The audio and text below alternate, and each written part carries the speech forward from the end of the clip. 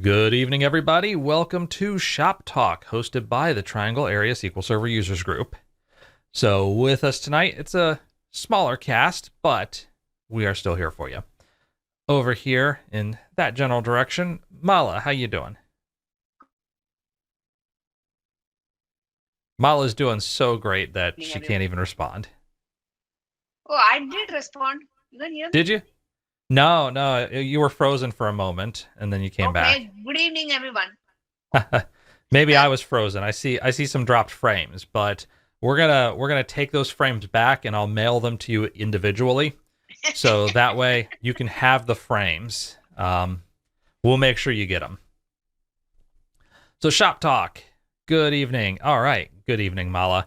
And you can see that we still have chat going. Chat has not abused their privilege yet. Congratulations, chat. You're doing really good. Apparently this Friday is Employee Appreciation Day, so chat,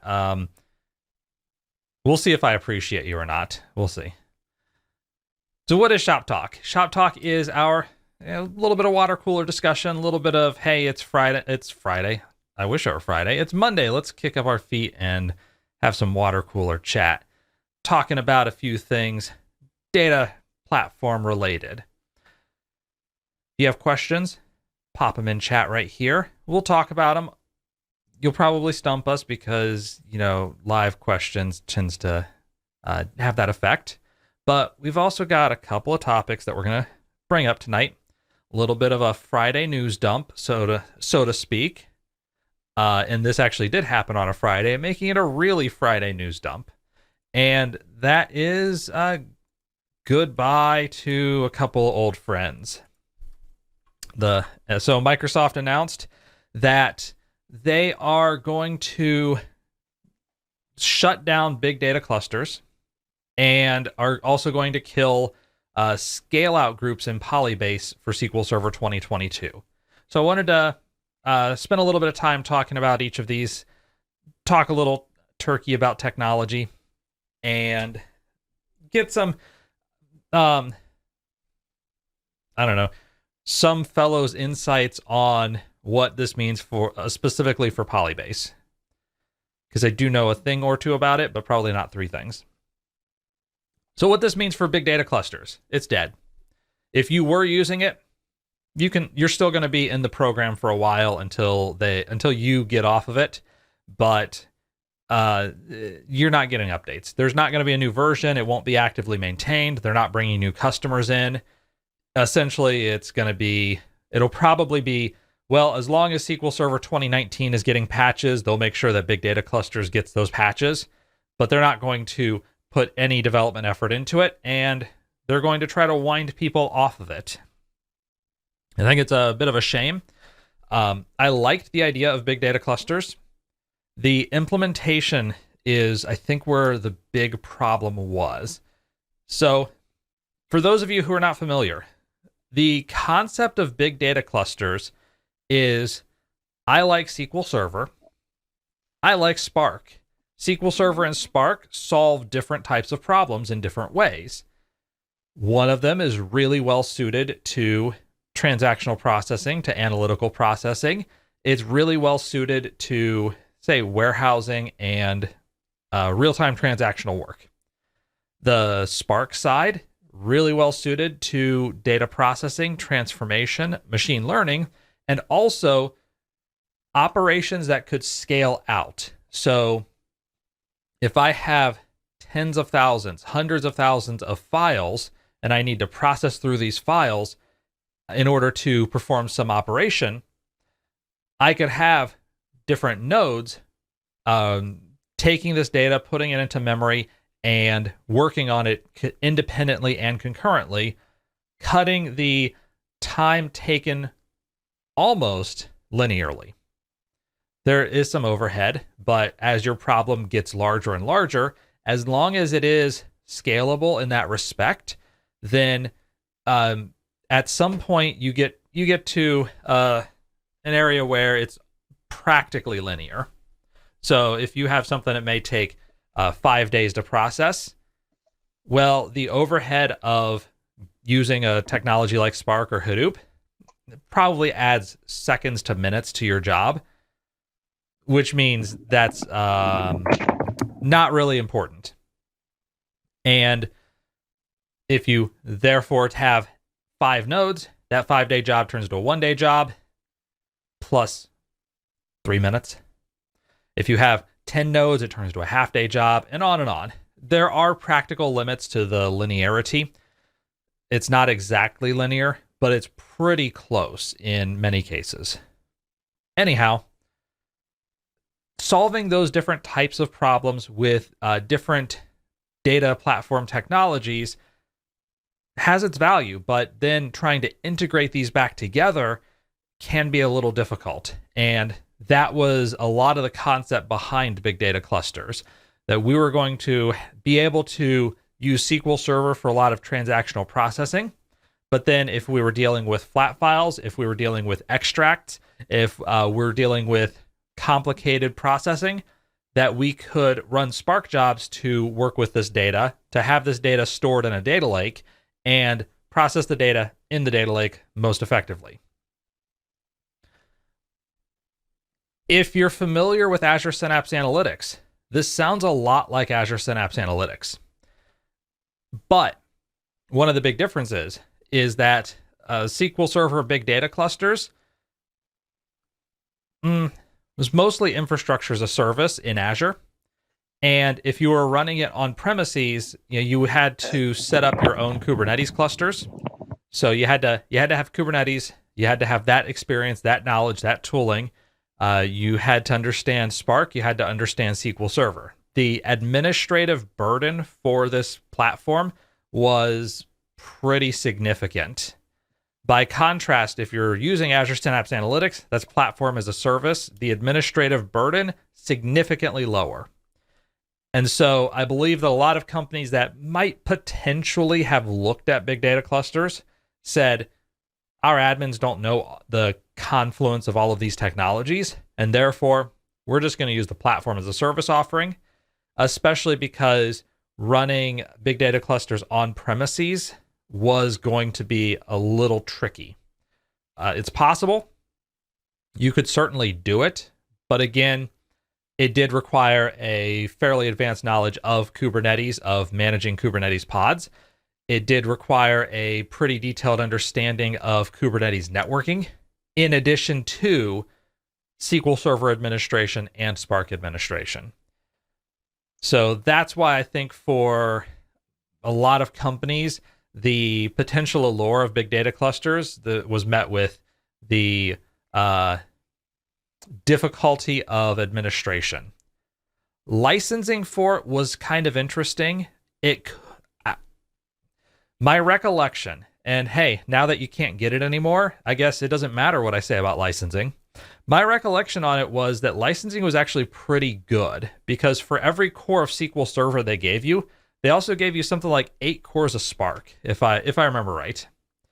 And so if I had a 16 vCore or vCPU SQL Server instance in Azure, I'd have, what would that be, 128 cores of Spark. So, or 128 vCPUs of Spark. And that's not too bad. I mean, that's a fairly powerful compute situation, and that the price would be the same as if I had 16 cores of on-premises SQL Server. So I kind of get all of my SQL Server licensing plus a bunch more for free. That was, at least that's how I remembered it. And so the licensing, I don't think killed it. I think administration killed it. I think tooling killed it. You didn't have much in the way of big data cluster tooling. Like I said, you had to be a Kubernetes admin, a Spark admin, a SQL Server admin. All of those products are different. They all have their different administrative capabilities, their different tooling, and there was never anything that made it easy for you really to manage this thing and troubleshoot it. There were some notebooks. Yeah. The team did release notebooks originally that would help with troubleshooting some issues. I don't think that was a great alternative. I think it was a good alternative starting out. I think it was a perfectly reasonable thing to do to have these diagnostic notebooks available. I just don't think that was the end of the line for tooling, that was all that tooling needed. Capabilities. Hey, Anders got a chat test in. Yes, chat is still on. Don't worry, Anders. I haven't killed it yet. So the lack of tooling, I think, was a major factor. The lack of cross-platform administrative knowledge was a factor, and maybe the difficulty in setting it up on premises was a factor. I don't know if that was a huge factor, though, because, well, you could do it on-prem. But in any event, big data clusters is dead. I would vote for tooling, Kevin, as the number one thing. Because it's really difficult to learn a bunch of disjointed stuff in order to get something going like that. So, or at least very few people have the time and the luxury of doing that. So my vote is on tooling. That tooling was the number one thing that did not help with adoption. Tooling was a factor. Anders mentions relatively few use cases. Yes. I think there were more use cases than you might imagine at first, because during my soliloquy, I mentioned, well, a lot of the good use cases basically are what drive Azure Synapse Analytics. I want to do warehousing. I want to do data processing, machine learning. I want to have Spark processing. I want to be able to query a data lake using T-SQL. And many of those same principles that big data clusters gave you, you look at Azure Synapse Analytics and you say, yeah, all of those pieces are in there, except I don't have to administer all of them. Mm-hmm. And so I've got fewer people complaining about it in the process. So I think that's probably, it might be that there were a few use cases to say, why would I pick a big data cluster over Azure Synapse Analytics? And the only thing I could really think of is you're running SQL Server and Spark on premises and want to connect them together, and you haven't done it yet, but you really want to do it, which might limit you a bit. I guess also data platform people tend to be a lot more reticent to make any kind of change. They want to live in their box, and the box should never change. And that way, don't have to worry about it. There are benefits to that. When the box changes, things break.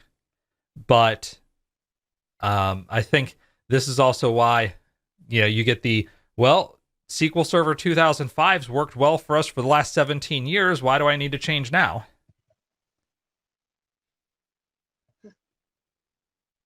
So somebody has a question on timeouts. Yep. All right. Okay, hit with HTTP exception request timed out on all sites. Users are experiencing latency. Didn't change anything except for a February cumulative update for SQL Server and restarted the server over the weekend. Could this be network related? Have you narrowed it down to where it is timing out, like a trace or something? Is it on a query? Is it on what phase of the connection is it timing out? Yep, that's a really good question. Is it timing out on login? Is it timing out when running queries? Right. When you are running queries, if you do have something like who is active that you can execute to see what's currently active there. Correct. Randomly timing out anywhere. Yeah, so I'm always one for blaming the network. But no matter what the error message, I'm perfectly willing to blame the network. So that's my bias coming in. Login failed. Obviously, it's the network's fault. Object reference not set to an instance of an object. That sounds like a network issue to me. And if the network people aren't at fault, it's the storage people. So that's my Maslow's hierarchy of blame. So do you have queries turned on? You could see queries that are timing out if you like. It's always DNS. Anders is right. It is always DNS. Something fails, it's DNS. If it's not DNS, it's BGP.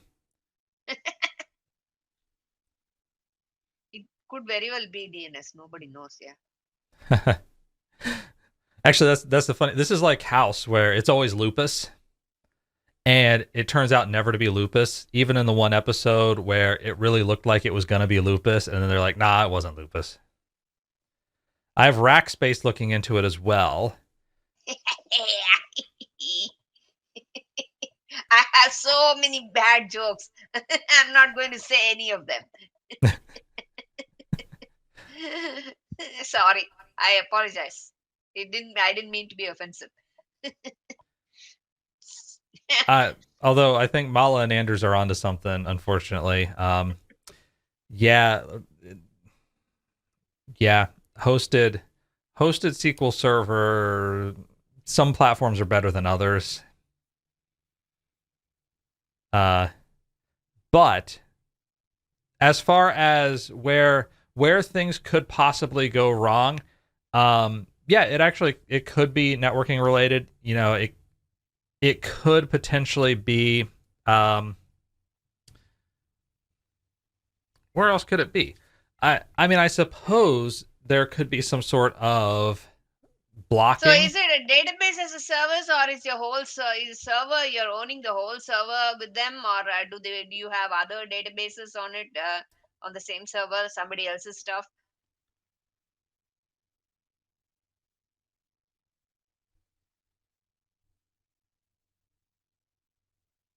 And secondary question, is there any ticket open with Rackspace, somebody on their side looking into?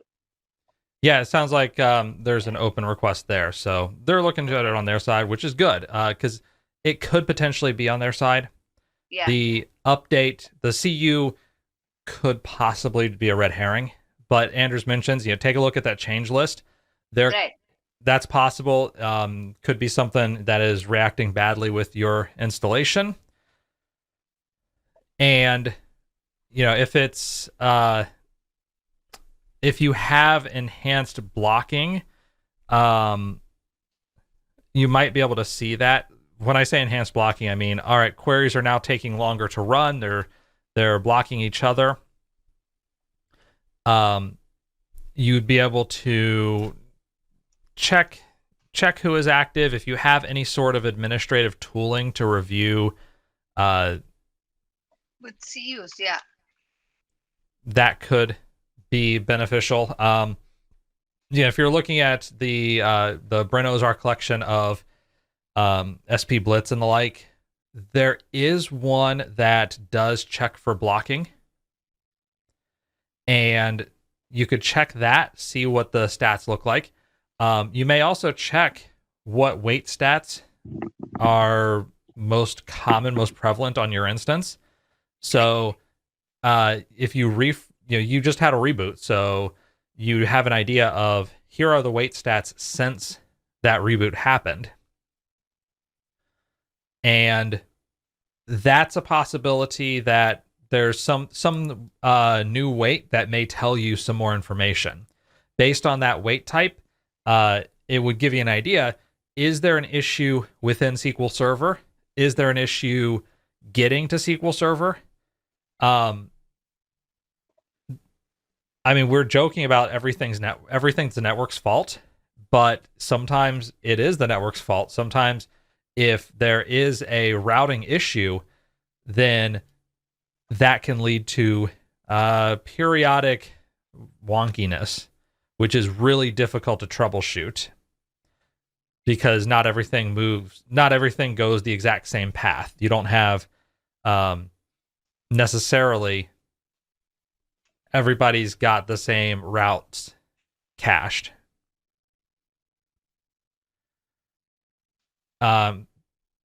Also, hey, it could be weird things like some physical problem. A network card in that dedicated SQL has gone crazy. That now I'm just speculating. Again, this is all how would I phrase it? Baseless speculation. I think that's probably the best way to explain it, because you're at the really early phase of troubleshooting, so a lot of things could possibly be the case. And the steps that I would probably look at, Mala's got a nice wait type troubleshooting. So things that I would probably look at first, look at those wait stats, look and see what the most outstanding wait stats are. Second, you may check the SQL Server logs, see if there is anything detailed in there. If there are things like I/O stalls, if you're seeing massive changes in I/O since you rebooted, I think Andrew's advice to check what was in the new CU. What's the difference between the CU you were on and the one that you've gone to, and Rackspace connection to their SAN. And yeah, it could end up being a hosting provider related issue. I would not count that out, but at this point, there's still a lot that's open, a lot that's possible. But I think those would be some of the first steps to look at. Based on that information, you'd at least be able to narrow it down a little bit and see what could be the issue, and then have a more tailored response. Because as it is right now, it could basically be everything from a shoddy network cable, shoddy fiber cable going to a rack, and Facebook screwed up DNS for the world. It's always, if you can't blame DNS, you can always blame Facebook. Oh, sorry, Meta. Reboot. Anders, that was the problem. You don't reboot. But hopefully that does help. Yeah, feel free to reach out and we can talk about it some more offline. But I think those are probably the first steps to look at. So, all right, we talked big data clusters. I gave my little Viking funeral to that. And now, had to reboot a 64-core server to fix an issue last week. I mean, that does happen, yeah. Sometimes you just got to take it down and bring it back up. Sometimes taking it down and bringing it back up causes new problems. Right. Like, hey, this hardware was working perfectly until we had to reboot it. Then it stopped working. By working perfectly, I mean it was functionally broken, but we didn't notice it yet. And it just hung on until the reboot somehow killed it. Sometimes they don't come up. Yep, that's when you got a long weekend ahead of you. And not in a good way. So the other side, Polybase. I had a blog post about it this morning, and so I put some thoughts into there. And so I'm gonna link my blog post because that's how I am. There we go. The big notion here is that they've announced SQL Server 2022 is not going to support the Java connector for Polybase. They're not going to support scale-out groups. Getting rid of the Java connector, frankly, I think it's fine. Give you a brief version of Polybase history. Polybase was a project from Microsoft Research to integrate SQL Server and Hadoop, and formed the basis of Parallel Data Warehouse, then of APS. Key technology in there was brought on premises in SQL Server 2016 and supported connections to Hadoop and to Azure Blob Storage. The connections to Hadoop were for Cloudera distribution of Hadoop and Hortonworks data platform. Well, the two of those companies merged in, I think, if I remember right, late 2019. And they came out with a new distribution of Hadoop, the Cloudera data platform. The way that Polybase worked functionally was that the Polybase process on a Windows server would communicate with the data nodes in a Hadoop cluster, would directly communicate, and if you had a Polybase scale-out group, each one of those scale-out nodes could communicate with one or more data nodes in the Hadoop side, and thus get linear capabilities on certain types of queries of data coming back from Hadoop. Well, with Cloudera Data Platform, you can't get that on premises. It's cloud only. And the ports that would be necessary to connect directly to the data nodes, not publicly accessible. So Polybase just didn't work for CDP, which means that writing was already on the wall. When SQL Server 2019 never came out with support for CDP, it was like, okay, yeah, it's obvious. You know, they still support CDH and HDP, but those are going away. I think, if I remember right, extended support for those is ending in 2022, 2023. So it's coming up pretty fast. On-prem Hadoop clusters, at least in the Cloudera world, you're not going to have them in a year, at least not supported. So basically, in that sense, that iteration of Polybase is dead. The iteration that I like to call V2, that was introduced in SQL Server 2019, where it uses ODBC connections to hit different services, that's still around. So you're still going to be able to connect to SQL Server, MongoDB, Cosmos DB, Teradata, Oracle, Spark clusters, Access databases, flat files in Windows, Excel files. You can connect to all that stuff. Mm-hmm. That's still going to be around. In addition, SQL Server 2022 will include connecting to REST APIs. I don't know any of the details around if this is a generic connector, which I'd really like, or if it's specific connectors. Like, here's an S3 connector that allows you to grab a file from S3. What I would kind of like to see is, here is a generic connector that will allow me to hit, say, my own company's server, my own company's API, get back JSON, reshape that JSON as T-SQL, and process that data. We need fewer ways for devs to connect to SQL, not more. Ways.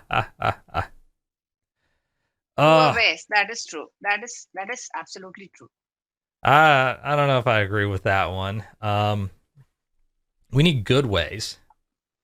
And what those good ways are, this is not necessarily about connecting to SQL Server. This is actually data virtualization from SQL Server. So this is really connecting out to other stuff from SQL Server. You're still connecting through your own ADO.NET connection or your own ODBC connection to SQL Server. But it's making available data from the outside processes or the outside world and making it look like it came from T-SQL. I'll lay out. Performance sucks on it. There's not too much you can do about performance. But as far as capability goes, if you're not talking about significant amounts of data, it's very capable. And if you lay things out appropriately, performance won't be awful. It'll just be slow. But what it does means I don't have to do a bunch of ETL jobs to bring in data that will just sit in SQL Server, and then I have to go bring new data in.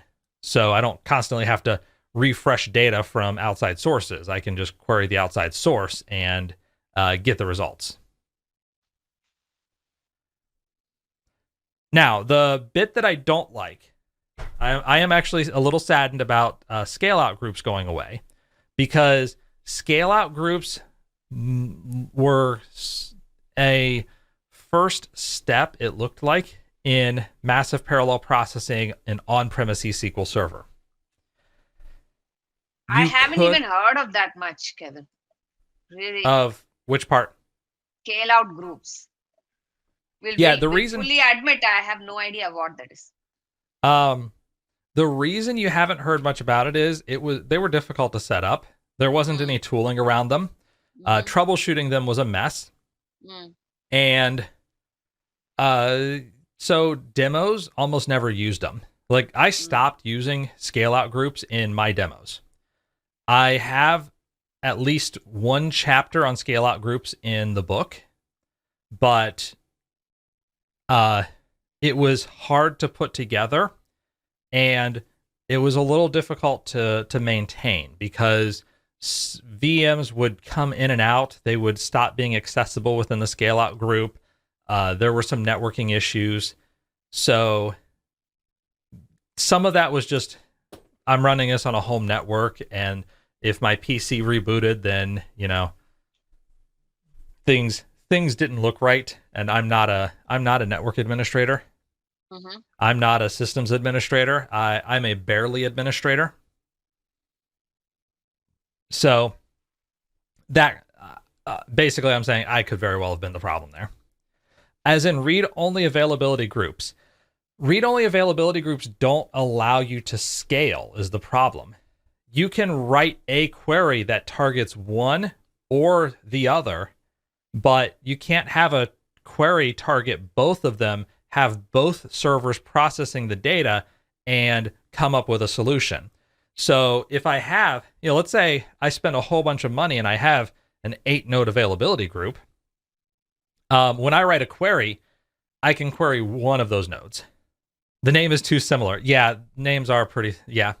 But this is where you get to massive parallel processing. So that's the parallel part in there, where what I would love to have seen was on-premises SQL Server, where if you had an availability group with readable secondaries, I would love to have been able to say, write this query, run this query on all of the nodes, have them combine the data back, and bring the solution back to me. There's a certain class of problems where that works really well. And that class of problems happens where either you can subset the data very effectively. Where you can subset the data very effectively, and you don't need to do much aggregation early in the process. If you aggregate late, that's okay. But if you can process rows roughly independently, that is your best case for scale out, for parallel processing. And what I wanted to see availability groups turn into was that kind of capability. We actually have that in dedicated SQL pools in Azure Synapse Analytics, which kind of leads to its own situation where basically there's a you must be this tall to ride the ride for dedicated SQL pools, and that's 1 terabyte and about 1 billion rows in a fact table. At the very minimum, you're looking at 60 million rows in a fact table before it makes any sense at all. If you don't have 60 million rows in a fact table, doesn't make much sense. You're just wasting money. So the idea of something that was on premises that would not quite be that big, but that could allow you to scale to a larger level and run these things in parallel, I think would have been pretty cool. The closest that you could do is fake it in your application, where if you have, say, primary and 7 readable secondaries, then if you wrote queries where you had the logic, select from this table where the data is between A and B, select where it's C and D, where it's D and E, et cetera, and you ran those in parallel, and each one specifying a different reader, you could kind of fake that maybe, but that's a lot of effort to put into doing that kind of work. So I imagine not many people would be doing that if it's even possible. I say if it's even possible because I'm not sure you can even specify which secondary you read from.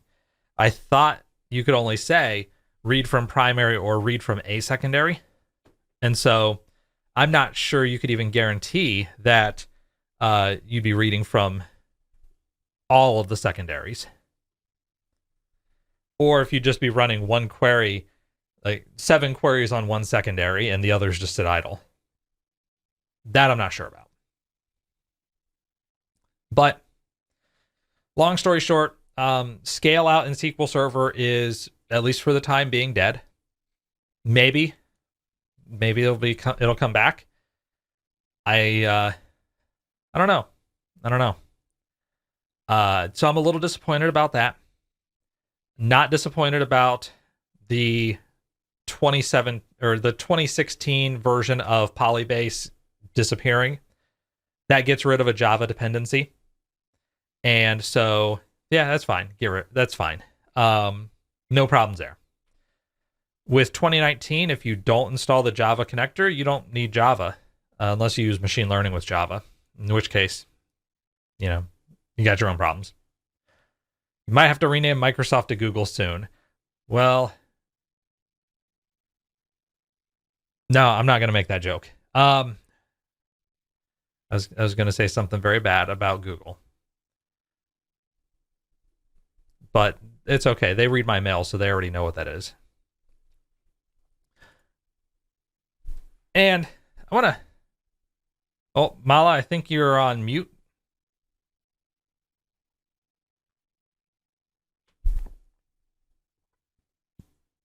Yeah, you're still on. Hear There you my go. keyboard. So I was saying there are some very bad things to say in the light of what's going on in the world, but I don't think it's appropriate for this discussion. Maybe so. So, by the way, I shared the Hype Technology article. Yeah, I love that article.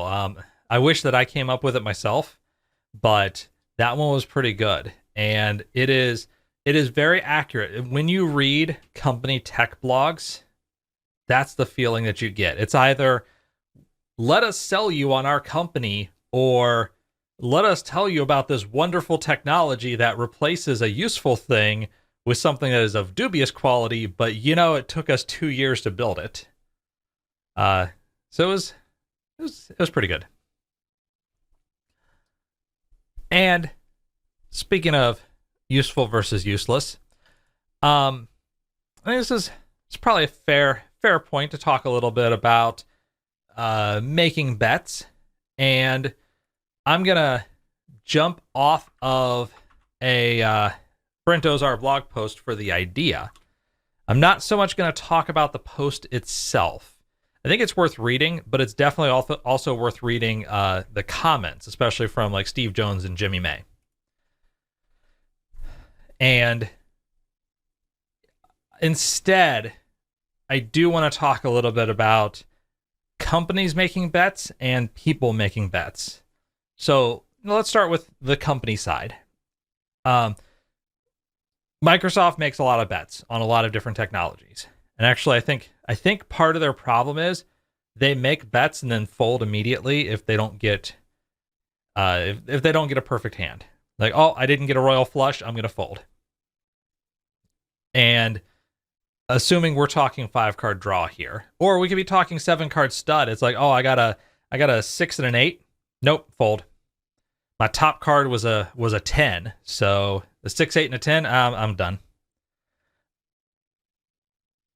There we go. Now I've made 7-card stud and 5-card draw, so everybody's going to have an idea of what I'm talking about now. But that seems to be Microsoft's MO lately, where we're going to try out this exciting thing. If it doesn't immediately take off, goodbye. But then part of the problem some of these things don't take off is that they're halfway done. Hey, you only have 3 cards in your hand.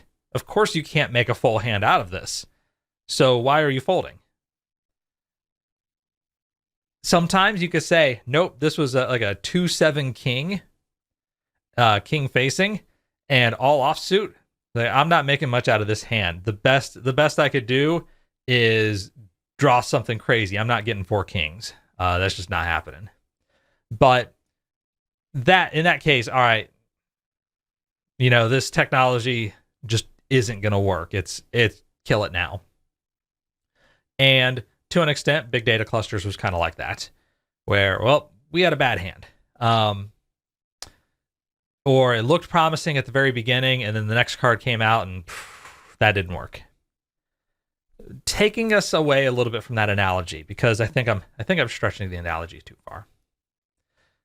A little bit away from the analogy. Companies have to place these bets, because if you don't place any bets at all, your platform, people start asking, why do I need to upgrade? Why do I need to buy the new version of this if it's effectively the same as the version from 6 years ago? And for data platform technologies, it can be a little difficult to justify purchases.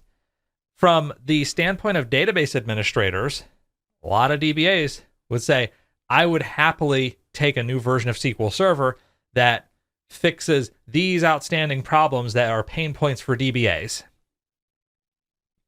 And then Microsoft, they go out and do something totally different.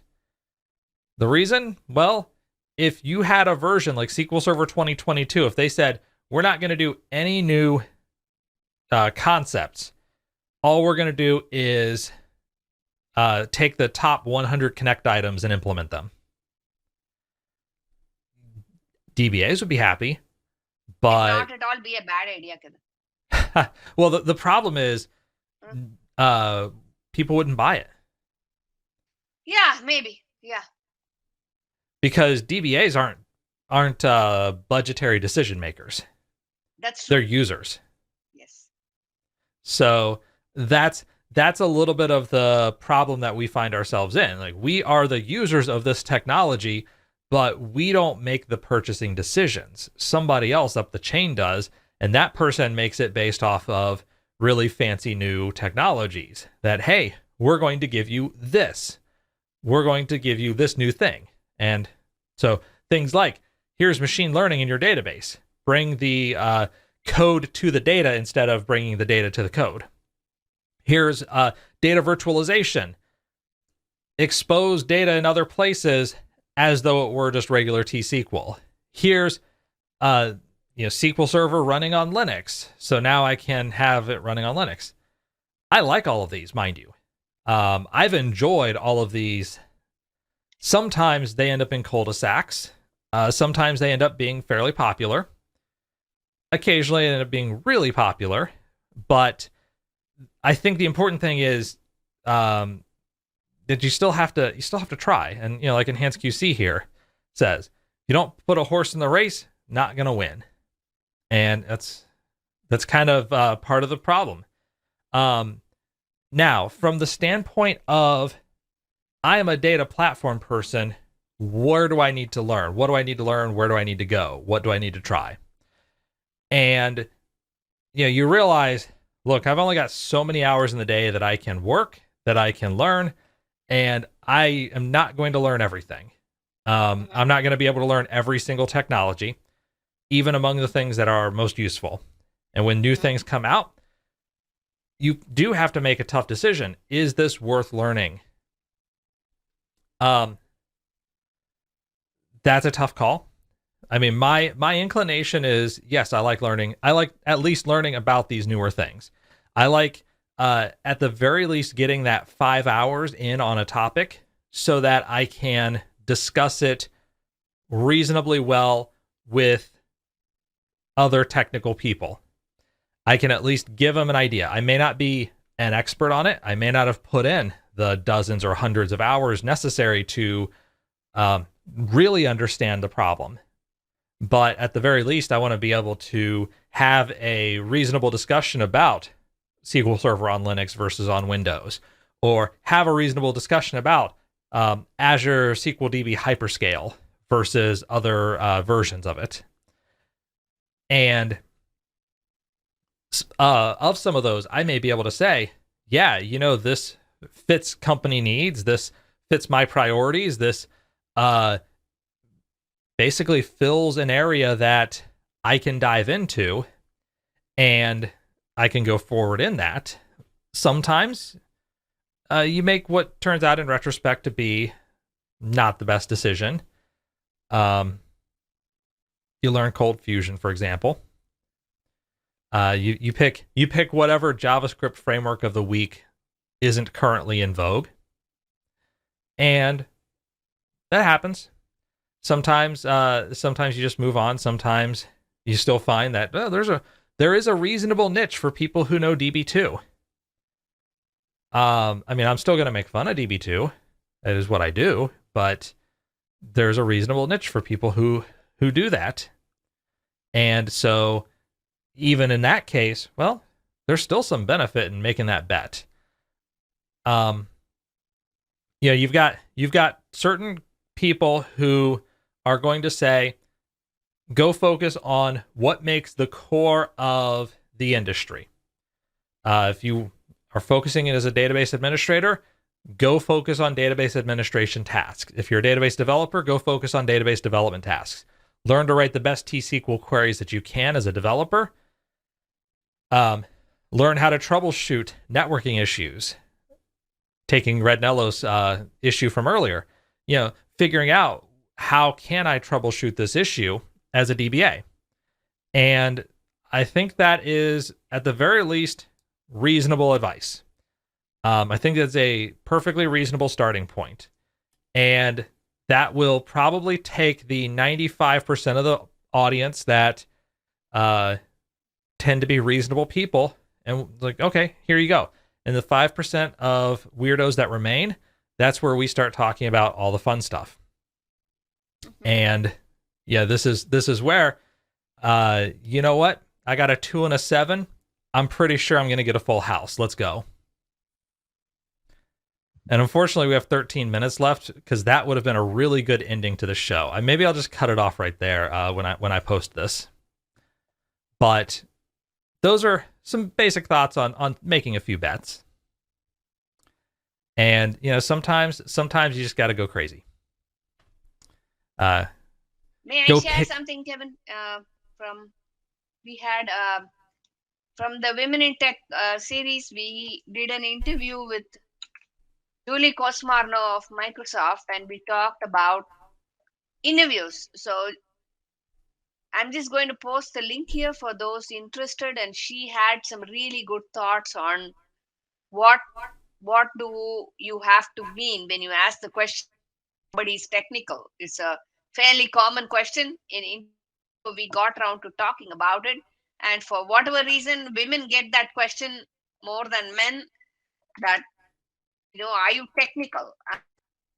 I think that question has to be refined a lot further if you're an interviewing person. So she had a few good things to say about that, and if people have time, you can watch. I will also post her blog post, the post that prompted us to interview her and talk about it. So you have to be technical, and its relevance is an excellent blog post worthy of reading. All right. Well, there's the link to the YouTube interview in chat. I'm post-technical. Oh, so Anders, I will post the blog post link in a second. So Anders, you went into management.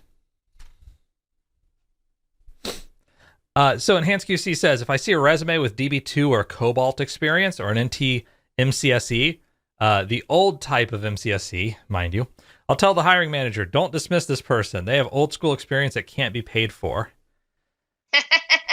I mean, sometimes, yeah. Yeah, I guess it's going to depend a lot, because you have to also factor in the mentality. So what I mean by that is, I made the joke about, well, hey, SQL Server 2005 is running our workload just the same as now as it did 15 years ago. So why do I need to upgrade? And if that is the mentality that SQL Server 2005 worked for me and therefore I'm never going to learn anything else, personally, that is the type of employee I try to avoid. There are certain places in which that is valuable in an employee. I don't know of too many places, but I guess if you're talking extreme high risk scenarios, that'll work. But, if you are talking about, all right, here's a person who has spent a lot of time learning mainframes, who has spent a lot of time on different factors, like Andrew says, been there, done that.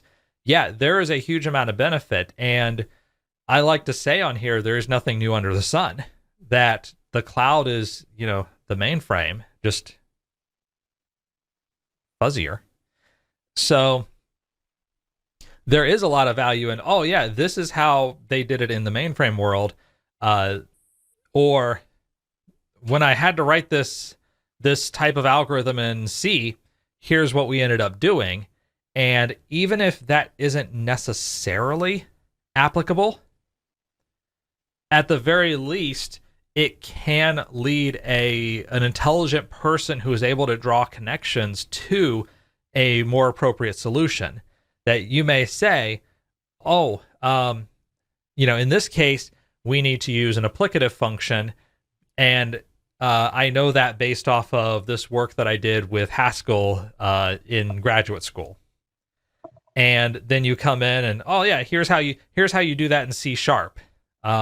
An applicative in C#, actually, I'm not even sure you could. I'd have to think about that. It might be a funk of funks, but F# would be so much easier in that case. But getting back to the point, that idea of, even if you don't have the direct parallel, that prior experience, if you're willing to learn and apply and continue that education, I agree with you completely that is experience you can't buy, and can be extremely beneficial. Manage 50 minutes without mentioning F#. Anders, if you had any idea just how knee deep in F# I am right now, you would be even more impressed that I went 50 minutes without mentioning it, because that has been my life lately. So in any event, yeah, that's the type of skilling that, even if it's not a technology that you're actively using, even if it's not something that the company you're going to uses at all, it doesn't necessarily mean, that was wasted time. It doesn't mean that was not worth it. I think even if you make what somebody might call a bad bet, in the sense that, this thing ended up not working out, at the very least you have lessons, and hopefully you had an opportunity to refine other skills along the way. And 8 years from now, when that next thing comes out, you'll have some basis, some understanding of, okay, well, here were the problems from before. Let's understand and make sure that this new thing doesn't hit those same problems. Or if it does, that we can find that out fast and we can fail fast, instead of getting a project to production and having it screech to a halt. Oh, I didn't miss all of your commentary. Kubernetes equals CMS. I did see that. And, our today's sponsor is Rackspace. No, Rackspace is never going to sponsor Shop Talk. I love that, Kevin. However, Raid, Shadow Legends. I wonder how much time and money went into developing features that are being abandoned that could be applied to fixes and new features that we would have identified as being more desirable. Well, there's an open question. Part of the open question is, would it have been more desirable? And, what I mean by that is, for every one of those features that they pick up and eventually drop, you had customers saying, oh yeah, no, this is what's going to get me to buy it. This is what's going to get me to move to SQL Server. Well, you're already on SQL Server. Are you going to buy more of SQL Server? Maybe some companies would. Are you going to buy less of SQL Server? Yeah, maybe some companies might. But if if you look at it from that perspective, if you're already a captured customer, you're not going to move the needle in terms of new sales. You can make arguments about software assurance, about upgrades, and that's part of why they have to do enough to keep people going. But the new features, the new functionality, a lot of that is to attract companies and customers that are not using SQL Server today. And in order to do that, it has to be more than we made a marginal improvement to the split string function. That marginal improvement may be very useful. That's not going to sell a bunch of copies, though. I mean, that's kind of the problem. Capture customer equals vendor lock-in. Yeah. Sure. There's vendor lock-in has, I think, I would not necessarily call it full vendor lock-in because you can always move out. There is an ANSI SQL standard that I think you should not program to. I think you should program to the specifics of your platform and take full advantage of it. But if worst came to worst and they said, well, this is the last version of SQL Server, peace out, everyone, that you'd be able to translate pretty much any T-SQL code into functionally okay code in some other platform. Another thing I wanted to say with regard to Solomon's question, from what I have seen working with Microsoft at least, is that there aren't that many people, and they have lost at least a couple of those valuable people in the recent past. There aren't that many people looking out for the product at a very high level. There are several people looking out for specific features in the product. Like, this is my baby. I'm going to push it to the extent I can. And some of those babies turn out to be excellent features. Some of them don't. But what they really need is someone owning the product at a very high level and saying, okay, does this fit in? Is a half-baked version of a graph database actually really belong in SQL Server? Things like that. So they need more people who can think at that higher level, have a broader vision of what the product should be. That's my opinion. At least. They don't, and they lost a couple of people in Joseph Sack and Slava Gon. Those were people who were like that. Yeah, that could be a one of the problems, but I mean, I think another part of the problem is just when you halfway finish something, you kind of get the worst of both worlds, because to Solomon's point, if you were going to halfway complete a project and have it not be useful, it would have been better to work on something else. But at the same time, in hypothetical other world where they launch graph databases, I forgot about graph, but that's another example of something that came out and it's out.